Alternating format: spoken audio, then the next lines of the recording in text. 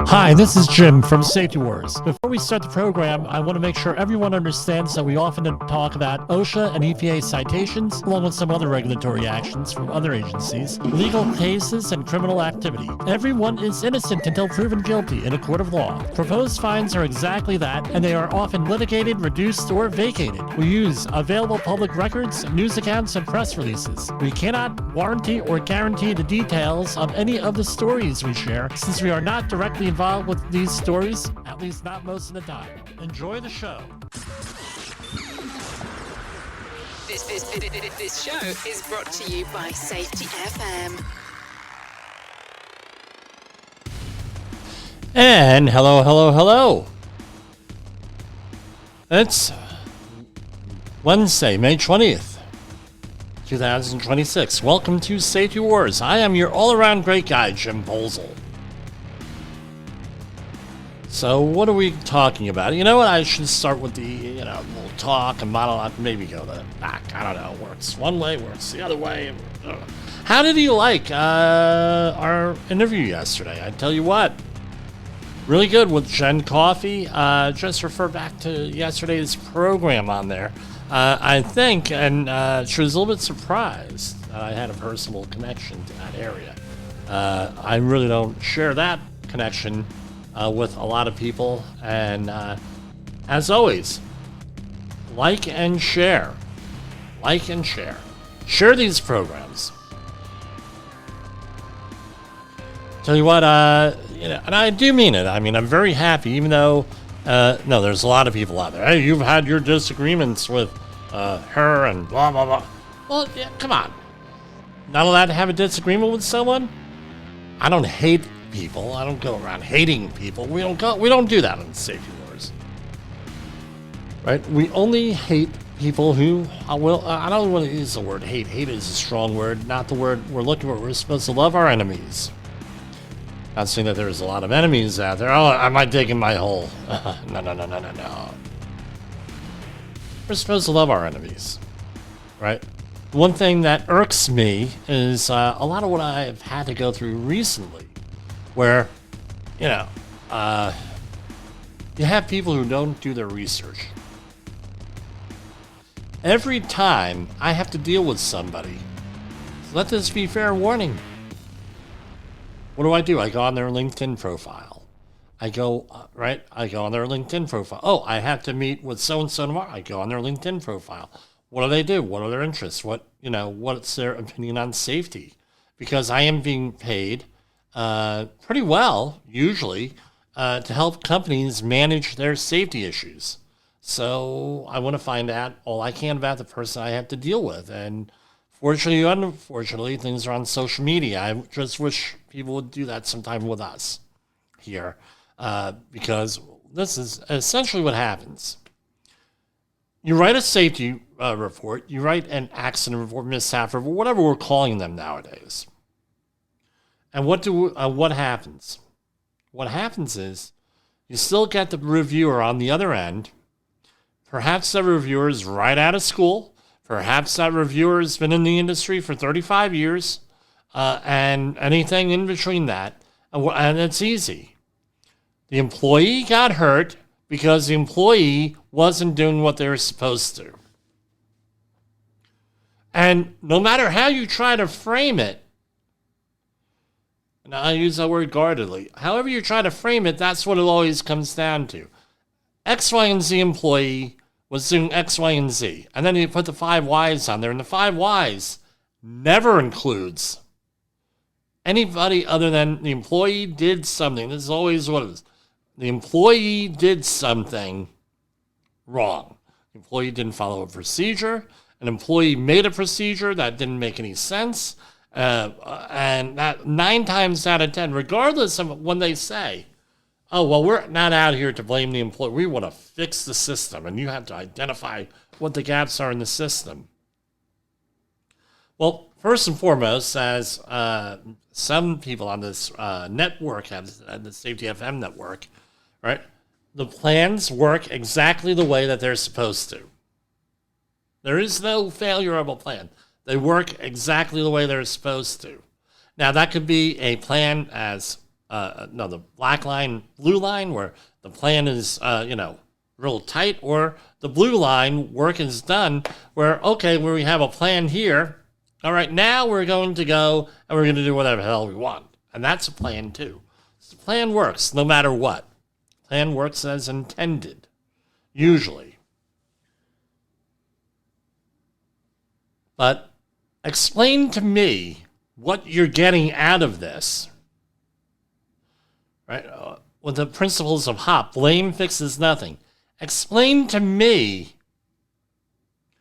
what you're supposed to do with, so-and-so did X, Y, and Z. Explain to me how that fixes the problem. Explain to me how that you build a rapport. Explain to me how that works and you gain leadership on that, leadership influence.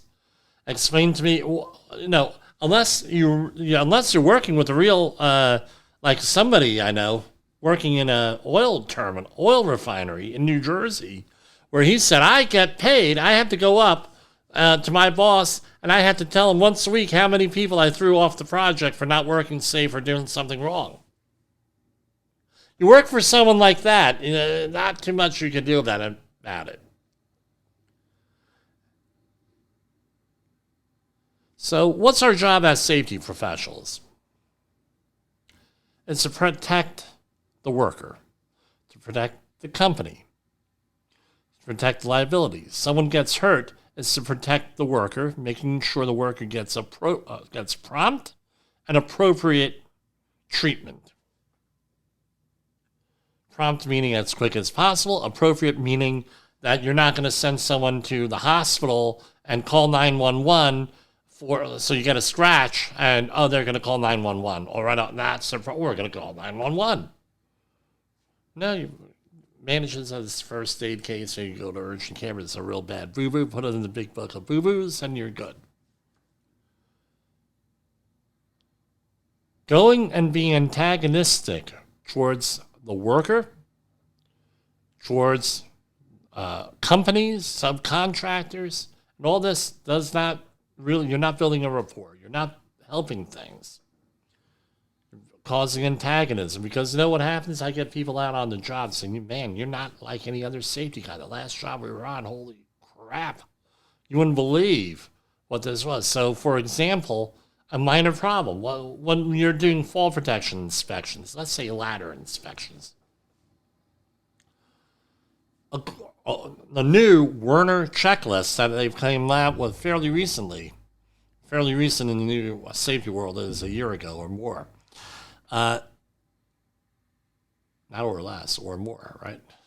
Fairly recently. The third item is ladder labels. So on the checklist. So if you have a ladder without labels on it, you're really not supposed to use it according to the manufacturer. Right? No labels, not really supposed to use it, does not meet inspection requirements. And if there's a problem, I can almost guarantee, right? First thing that they are going to look at, who's they? Insurance people, regulators, accident investigators, anybody like that, what are they going to look at? Well, there are no labels on that. It wasn't inspected, or it wasn't inspected appropriately. It wasn't an effective inspection. They inspected it. There's something wrong. They still used it. All of that goes down the line. Everything to blame. And the employee chose, and what's the company say? Well, the employee chose to use it. We didn't tell them to use that ladder. Now, do you shut down a job over a label? If you have 50 ladders, and that's happened already on a big warehouse job. They had 50 ladders on site. All of them were missing labels. And when I asked, and I inquired with the foreman, what's going on here, or the site supervisor, what's going on? None of the ladders have labels on them? You don't do ladder inspection? You don't use a checklist? You don't use software? No, what's the deal here? He says, well, the guys take them off because they think that if there's not a label on there, then they can have a better opportunity to sue. I said, well, that's actually not true, and I know that. And I'm not an attorney. I'm not giving legal advice. What's the ladder company going to say? That ladder wasn't even supposed to be used because it did not meet inspection criteria. The employer did not inspect the ladder. There was no inspection program that was effective. There's no documentation. There's nothing. That's what they're going to say. So explain to me how we're responsible. That's how that works. Now, how successful it's going to be, I have no idea. But that is what happens. If you go into an accident investigation, a major one where there's a fatality or something, very uncomfortable questions are going to be asked over freaking labels. Same thing goes with fall protection, harnesses, lanyards, anchorage points, the ratings. Doesn't mean, but I digress. So what do? You have this place named after a big river in South America. And oftentimes you can find appropriate labels on there if you're a qualified individual. And, right, and you're a designated competent person, you can find labels on there, and you could probably print them out or maybe download them or put a label on there, and now you're in compliance. So what do you do? The last job that's getting back, full circle, remember this is safety words, we go all over the place. The comment I received was the last guy on the job shut down the job. The last project shut down the job because of ladder labels. Here, you just got the appropriate labels and put them on there. Yes, and I said, plus we had a safety meeting. Documented, signed. Oh, wow. We didn't know you could do that. Oh, well, now you know. You cannot continue to antagonize people.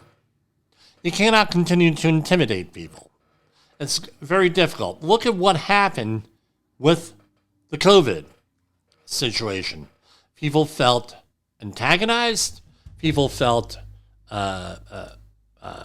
all different types of things. And you know what? We're going to go to FSN. We're going to leave that thought because we're going to come right back up after FSN Radio News. And we're going to go from there. And I will have direct quotes. It just came across my mind. Direct quotes. And we're going to put them up here from X on specifically this from somebody in charge. From Feature Story News in Washington, I'm Kate Fisher. The U.S. Justice Department has filed criminal charges against Raul Castro, the 94-year-old former president of Cuba. He's been charged with murder and a conspiracy to kill U.S. citizens stemming from the fatal downing of 2 planes 30 years ago. The indictment, issued in federal district court in Miami, marks an escalation in the Trump administration's pressure campaign against the Cuban government. It also lays the grounds for potential military action to remove him from the country. U.S. Special Operations Forces used an indictment against Nicolas Maduro, the former leader of Venezuela, to capture him in his bed in Caracas in January. It comes as the Trump administration has been pressuring the Cuban government to implement political and economic changes, as the country's oil supplies and power plants have been exhausted. Donald Trump's grip on the Republican Party has again been confirmed by several primary election victories, including the ousting of a key lawmaker who had been critical of the president. Kentucky Congressman Thomas Massie lost to a Trump-backed challenger after speaking out about Iran and Jeffrey Epstein. Nick Harper reports from Washington. Thomas Massie has been one of the most outspoken Republican critics, calling into question Donald Trump's decision to attack Iran and calling for transparency over Jeffrey Epstein and forcing the release of millions of files. He's now been forced out in the Kentucky primary by a Trump-backed challenger. It's further evidence that despite his falling approval rating, President Trump still has an iron fist-like control over his party. And anyone who speaks out against him does so at their own peril, with Republican primary voters remaining loyal to the president. Suspected Generation Republicans backed by the president also won contests in Georgia and Alabama. I'm Nick Harper in Washington. The World Health Organization says the risk of Ebola spreading globally is still low, hours after an American doctor was transferred from the Democratic Republic of the Congo to Germany after testing positive for the virus. Our US correspondent Mitch McCann reports. On Wednesday, the World Health Organization announced that the outbreak centred in the DRC was classified as high risk at the national and regional levels, but low elsewhere. Importantly, the UN agency said the current situation did not meet the threshold to be described as a pandemic.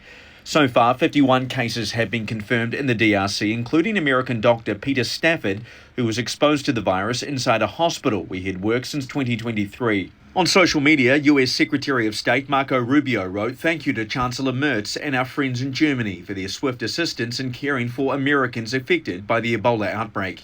Mitch McCann, New York. From bureaus worldwide, this is FSN. With FSN Spotlight, I'm Simon Marks. One more time today, we're going to look back at last week's state visit to China by President Trump.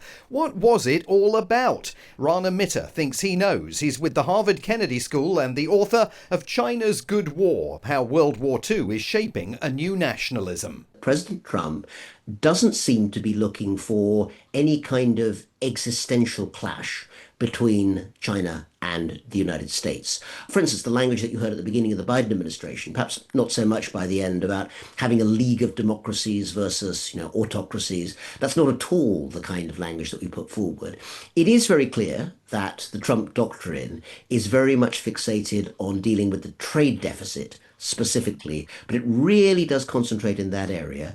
And I think because this administration, above all, is one where, in the end, the president decides what the tone is going to be, one imagines that it has to have been the case that he's decided that the trade deficit comes first and foremost, and the other elements, including Taiwan, AI, Iran, and all the other things, that fentanyl, which were on the agenda as well, would be second to that. And it's worth noting that of all the things in the 3-4 days since the end of the summit that have entered the headlines as being forthcoming, it is that sale of agricultural products that seem to be dominating the headlines. And that story will develop further in September when President Xi makes his visit to the United States. With FSN Spotlight, I'm Simon Marks. Our main news again.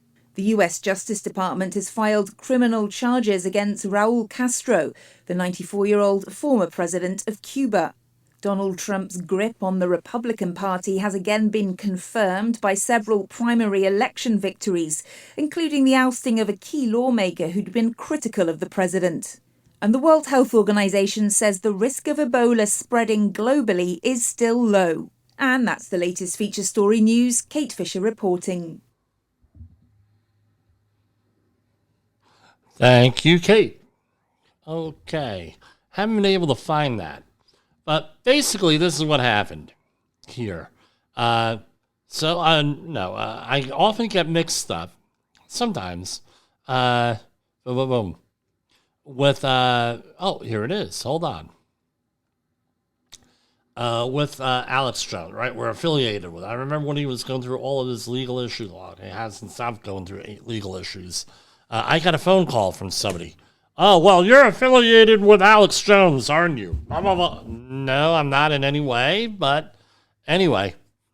Now, this came my way. Somebody sent this over to me. I'm going to do a share screen only because, InfoWars is no longer on the air. So Alex Jones Live is.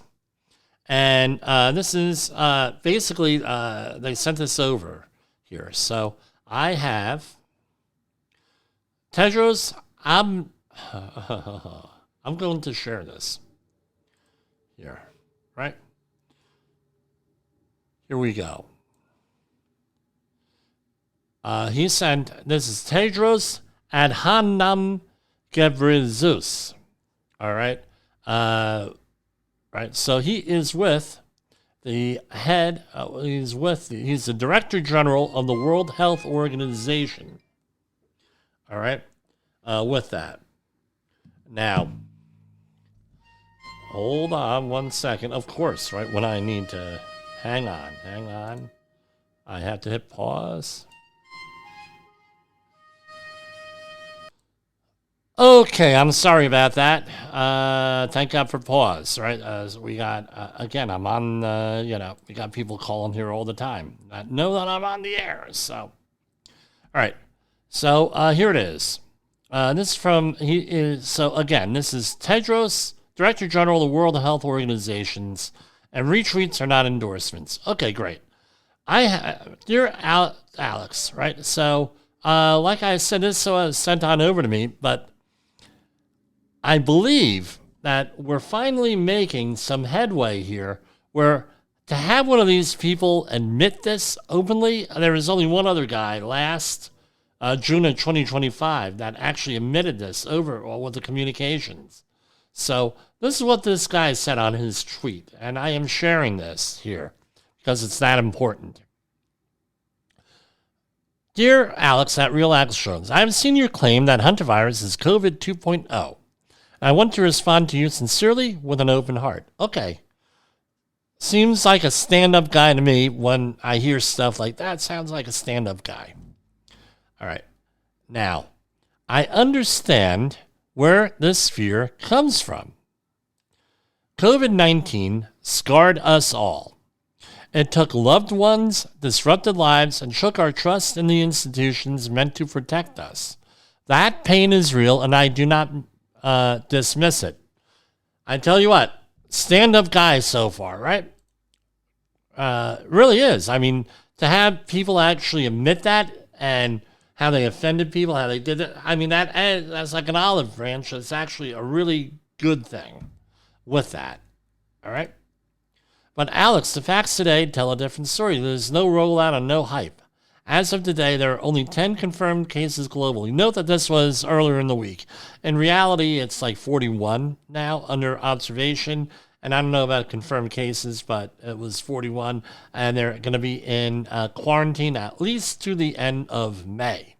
As of today, there are only 10 confirmed cases globally, and no deaths have been recorded since May 2nd.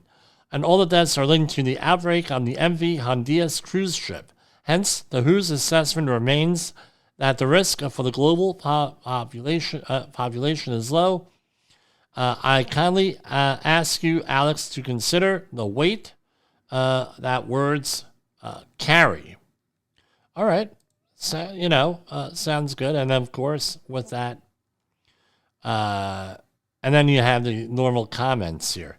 I'm going to say this here with no normal expected comments, and there have been some other ones since then from the World Health Organization. Here, I clicked on it, right, and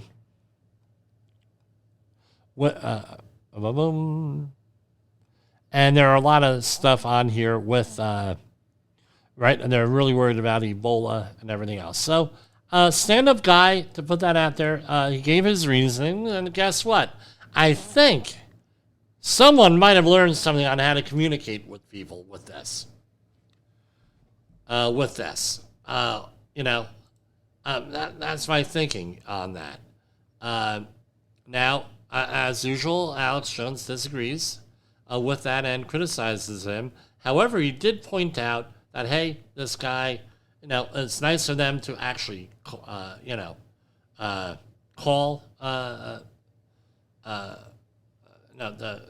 do that. So we're making progress. And as I will say, right, we are winning. Slowly but surely we're winning. And I have the greatest optimism in the future here. Because right now, what we have is a demographic shift here in the country. And we have young people who are open to hearing the truth, hearing reality. They're tired of this manufactured, a lot of them, this manufactured reality here on the damn phone and on all this other technology. I'm not being a Luddite here. I'm using technology. And I'm going to call, right, just like we said yesterday with Jen Coffey, right? You cannot learn stuff from a screen. You got to go out there and experience it. And there is a movement out there to do that. And if you're in that small percentage right now of that movement to push back on AI, there's been speeches recently in Europe on anti-AI stuff, and the crowd is going, it was pro-AI, and then the crowd was booing and everything, and over in the UK on a couple of things. Again, we're winning here. It's going to be slow. It's going to be hard. But eventually we'll get there. With that, with people of goodwill going out there and working together to build a futurist society. Because right now we're getting, the older folks are getting, the older folks, right? They're unfortunately, and I hope we have them for a long time, but they're not going to be around forever. And now we have the younger folks and the Gen Xers who, like me, who are going to be running things here very shortly. We have the opportunity to straighten things out from the baby boomers. And with the life expectancy going on, we have a huge opportunity here to harness our experience, to harness our abilities to try to lead us into something a little bit better than what we have here. All right, we're going to go right now over to some of the Department of Labor and OSHA news and EPA news. Right now, nothing's going on with the Department of Labor on their official press releases here. Some of the other stuff that's out there, boom. So lately, very recently, a worker died at SpaceX's Starbase launch site in South Texas on Friday, and the OSHA has opened an investigation. This is from TechCrunch.com. The San Antonio Express News reported Monday that the unidentified victim died at around 4:17 a.m. local time on May 15, citing OSHA and local officials. The Wall Street Journal later reported that the county sheriff confirmed to the outlet that a worker died. OSHA confirmed to TechCrunch that that they are investigating the accident. So right now they have until November 15th to issue a report on this. So look forward to, we'll keep track of this, but look forward to getting the report sometime around November 1st. All Saints Day. Representatives for the nearby Brownsville Police and Fire Departments did not respond for requests. The circumstances for the worker's death are not immediately clear. OSHA told TechCrunch they won't release more information until its investigation is complete, which could take months. Yeah, until November 15th, 2026. SpaceX reportedly has dealt with worker safety problems at its Starbase site. All right, so this is what I don't like when they say stuff like that. SpaceX has long dealt with worker safety problems at its Starbase site. Well, what organization has not? When you put out the timeline, that what's that supposed to mean? That other sites don't have issues? Really? What's the context here? There is no context. Oh, they've had workers. Oh, well, what does that even freaking mean? Right? The site had an injury. Now they add some context here. So I'm not criticizing them, but, And now we go deeper. In 2025, TechCrunch analyzed OSHA data and determined that Texas launch site has an injury rate that far outpaced those of industry rivals and was the most dangerous of SpaceX's work sites. Again, very little context. They have multiple different types of work sites.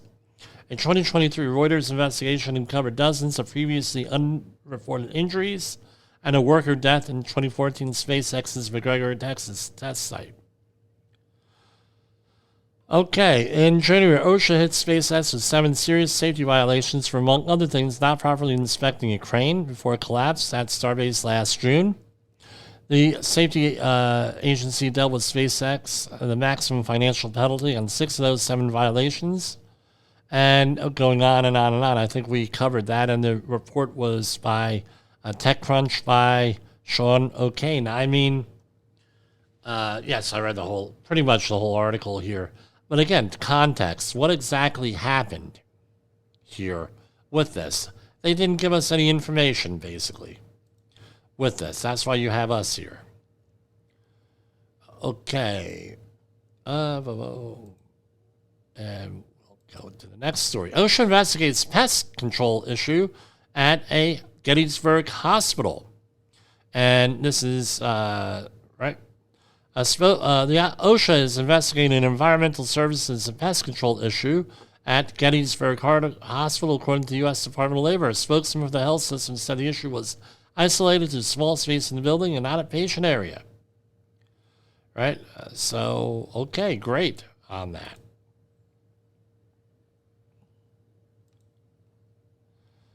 And, okay. Boom.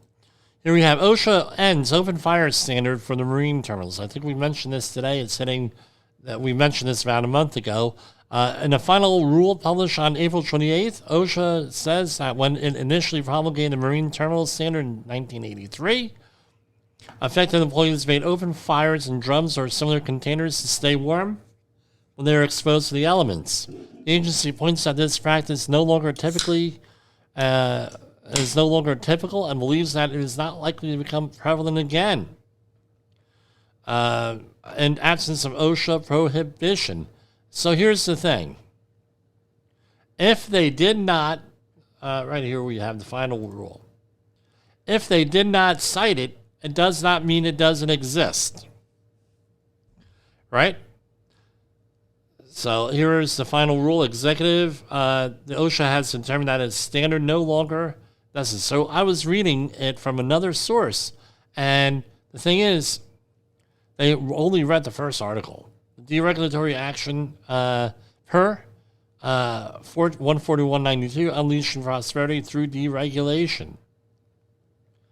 And however, it goes through the whole. Here we're looking at the Federal Register, the whole thing here. So, maybe that doesn't happen. Well, just because you don't cite it does not mean that it does not happen. Well, what do you mean, Jim? Well, that way it is. All right? A lot of stuff they don't cite. So let's get rid of all the rules. Is that the lesson here? No, I do not drink alcohol. I gotta stop drinking alcohol. I don't drink alcohol on the air.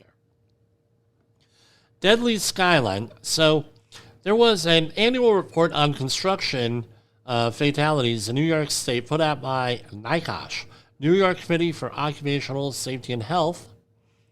Here, and here we have the report. The New York Committee for Occupational Safety and Health, NYCOSH, is a membership organization of workers, unions, community-based organizations, workers' rights, and health and safety professionals, founded in 1971. So what do we have here? And in 2024, every year in the New York State, dozens of construction workers leave for work and do not come home.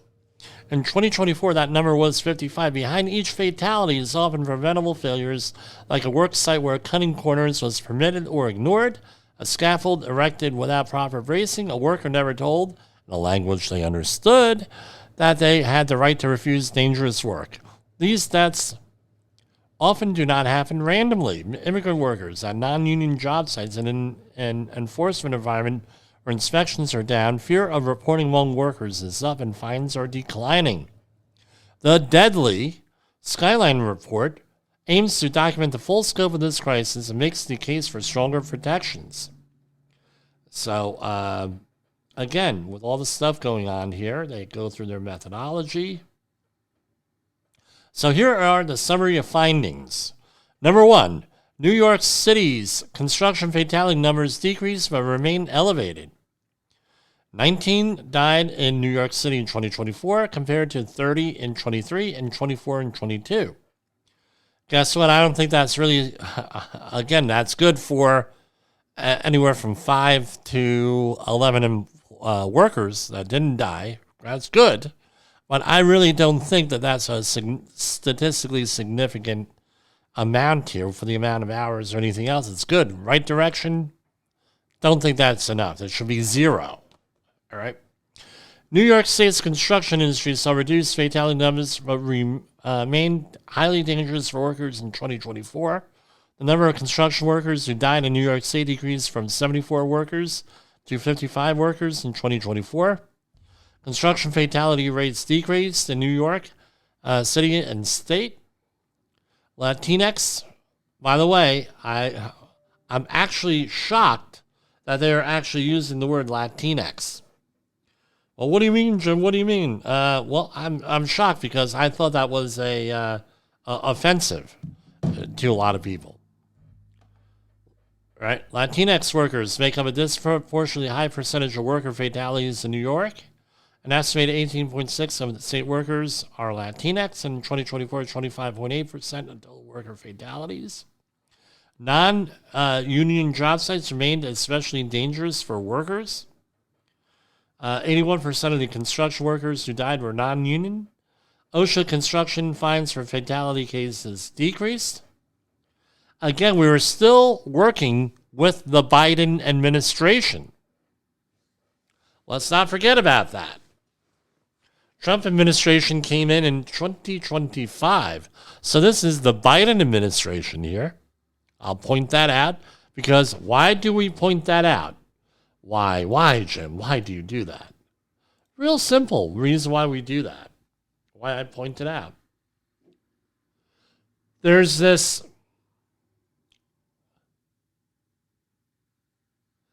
how do I phrase this? There's this belief that Democrats are all for the worker. Democrats are all for the environment. Republicans are not. And now I'm not going to say this where, well, we do this, blah, blah, blah, blah, blah.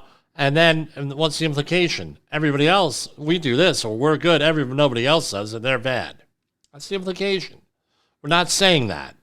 What we're saying is that maybe the people that you think are so good, perhaps they're not so good.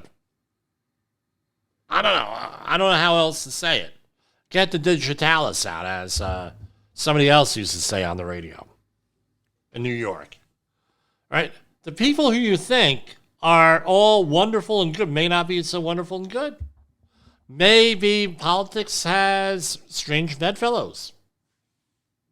As we talked about yesterday with Jen Coffey, with what the state of New Jersey wants to, a majority Democrat state, majority Democratic legislature, majority Democratic upper house, lower house.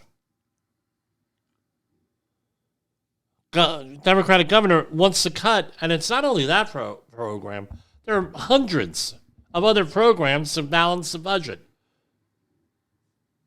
Maybe they're not maybe they're not who we think they are. It is. New York State OSHA inspections are still below pre-pandemic levels. So, in New York State, OSHA conducted 3,162 inspections in 2025, representing a 7.3 decrease from 3,411 now, and a 29.1% decrease compared to pre-pandemic levels in 2019. So let me put that on there. Let me highlight that right here. Okay, what don't they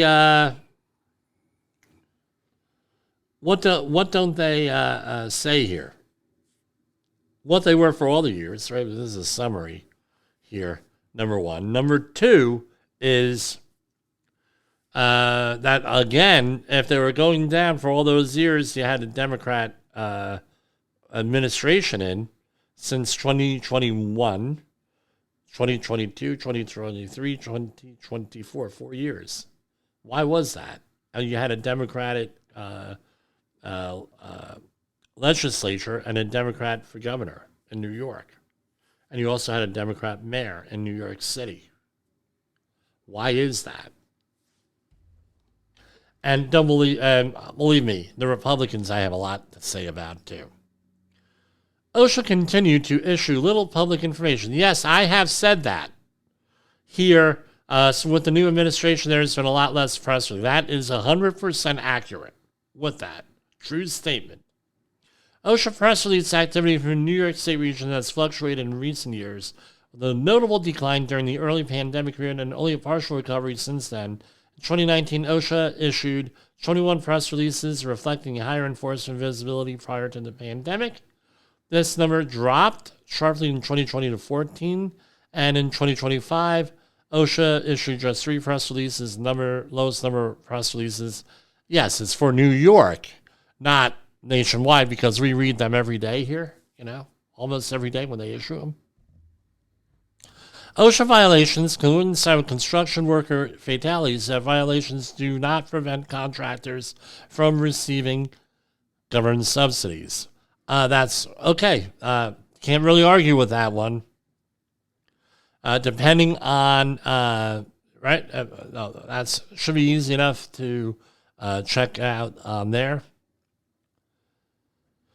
Well, number 5, that's from OSHA, Accident Investigation Search, U.S. Department of Labor found that, and they give a website. They footnoted, okay. As of April, heat-related illnesses and fatalities and construction industries are a significant issue. We'll be talking about them at a future program. The New York City Department of Buildings has a higher vacancy rate than the average city agency. As of 2026, the DOB had 1,619 staff employed with a vacancy rate of 12.6%, compared to the vacancy rate of 5% of the average city agencies. So what are the recommendations? A lot of recommendations. Require and fund adequate safety education and training. I'm going to say this much. All right. I know this organization, NYCOSH, does a really good job of promoting workers' safety and everything. But what is needed is leadership at the level. It's really nice at the level of the worker. My opinion. Now, one of the big issues that's not discussed here, as far as I could see here, is the training and certification across New York State. With that, is that a lot of, up until fairly recently, all these certificates, or a good chunk of them, and we covered it on this program, and I know the guy who was doing them, right, was in one of my certification classes. Hundreds of thousands of fake OSHA cards, OSHA outreach training cards. So one of the questions that I got, and the comments I got on a project in New York City was this. Jimmy, when has it been? And this is like 3 years ago. Jimmy, since when is there a 6-foot fall protection rule, right, for fall protection in construction? When has that happened? Since when? And I say, since about August 1996. Oh, I said, you have an OSHA 30 card, OSHA 30-hour outreach card. No, there's like 3 hours of minimum of fall protection training, and they didn't go over that with you? No, Mike, I never touched that at all. Yeah, well, no, how do you let me know? How do you let me know that you haven't had OSHA training, you bought your card on the street, or it was given to you on the street, given to you by your boss, without telling me that you didn't take the training class? Or maybe you're just so freaking out of it that, I don't know, people go there drunk and everything. I've had to throw drunk people out. That's happened. One of the more, I can't go into that. It's a G-rated program. We try to keep it G-rated here. Ensure funding for accessible training. What does that really mean? Training without financial barriers. Okay. Training should be all accessible in multiple languages. I'm going to say this much. You're giving it to somebody in another language. I have ran into this with the Polish community. What makes you think, oh, Jim, do you have Polish language stuff? Yeah, I have Polish language stuff. I have a guy who speaks Polish doing their training. Here's all of the... Well, what do you think happens? What do you think happens?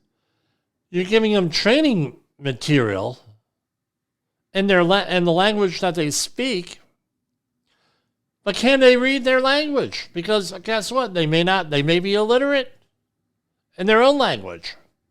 Maybe they don't care. Maybe the dialect of the language. I had this conversation with someone the other day. English has a lot of different dialects. Tremendous amount of dialects. Huge. You have British English. You have a United States English. You have Canadian English. Go down to the Deep South. You have a different type of English there, mixed in with Creole, down to Louisiana. They use different words that mean different things. Right? Way it is. Then you have the Caribbean English. One project I was on, long term, everybody was from the Caribbean, different countries in the Caribbean.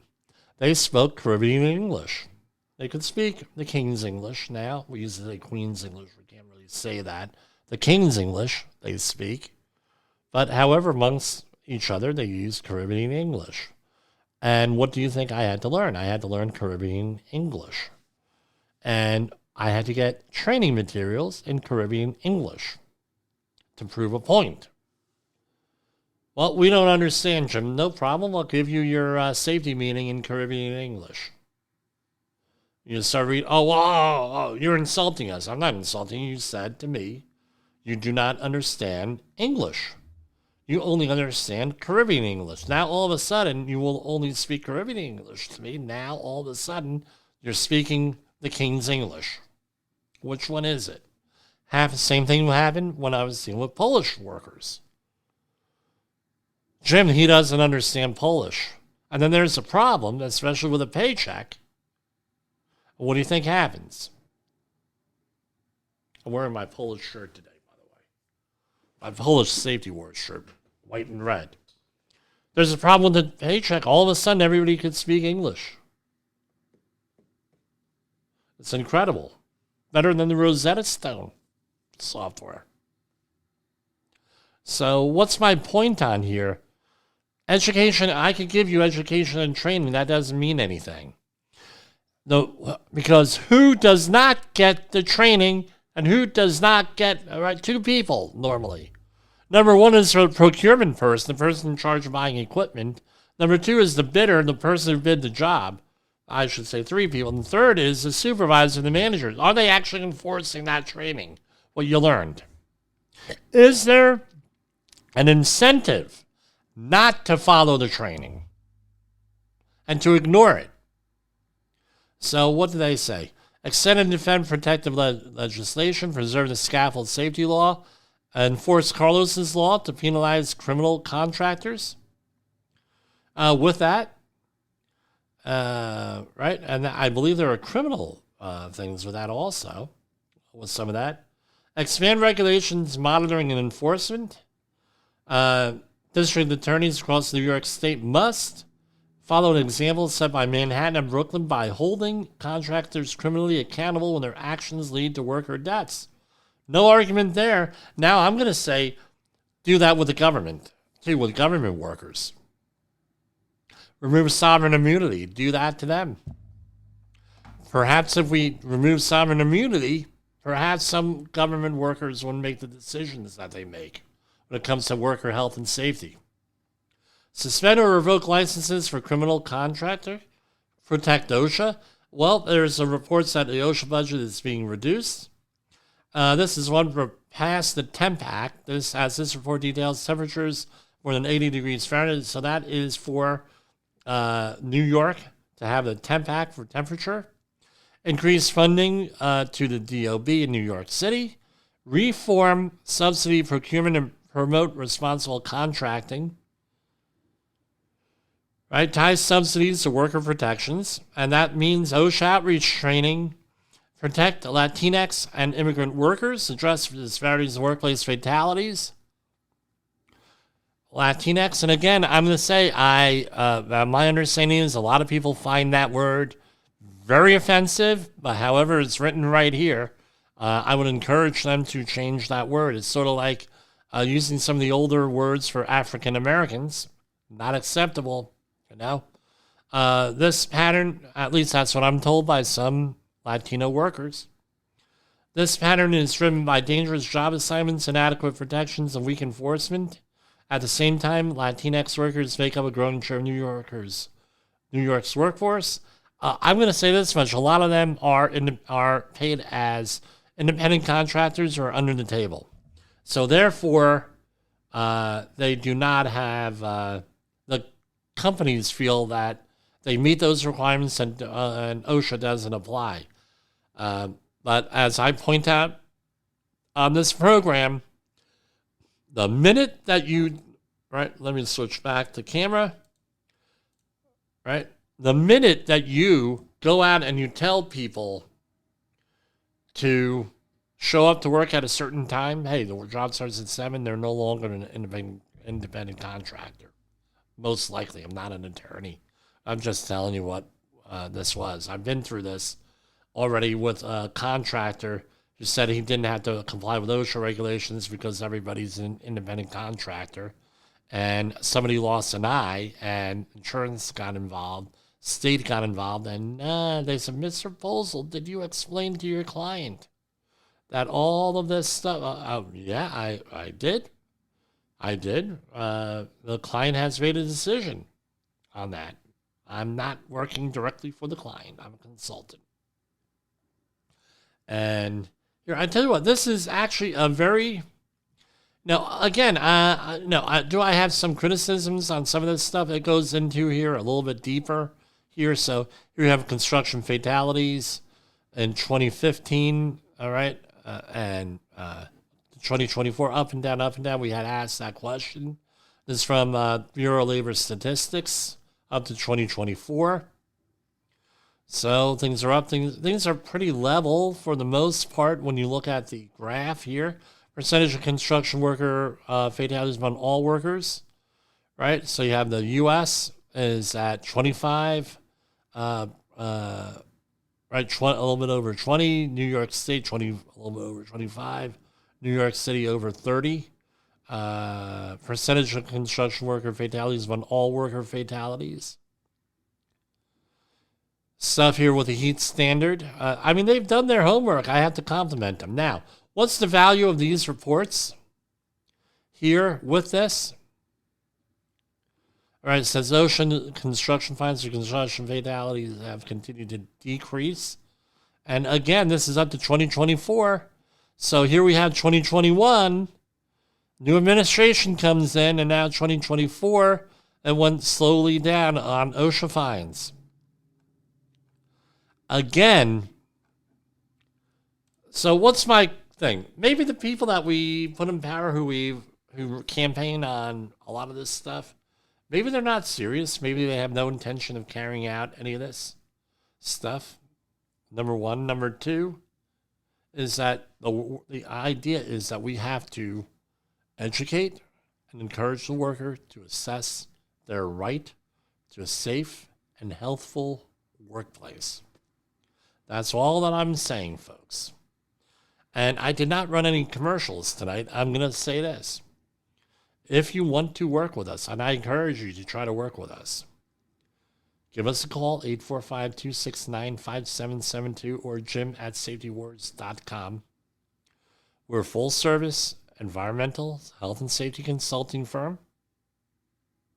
We have people waiting to work with you. We work with many, many different companies. And by the way, we're affordable. A lot of these companies are unaffordable. So give us a call, try us out, and we will help you in your fight for your workers, for your business. We will help you in that safety war. For Safety Wars and Safety FM Network, this is Jim Poesl. Good night. The views and opinions expressed on this podcast are those of the host and its guest and do not necessarily reflect the official policy or position of the company. Examples of analysis discussed within this podcast are only examples. They should not be utilized in the real world as the only solution available, as they are based only on very limited and dated open source information. Assumptions made within this analysis are not reflective of the position of the company.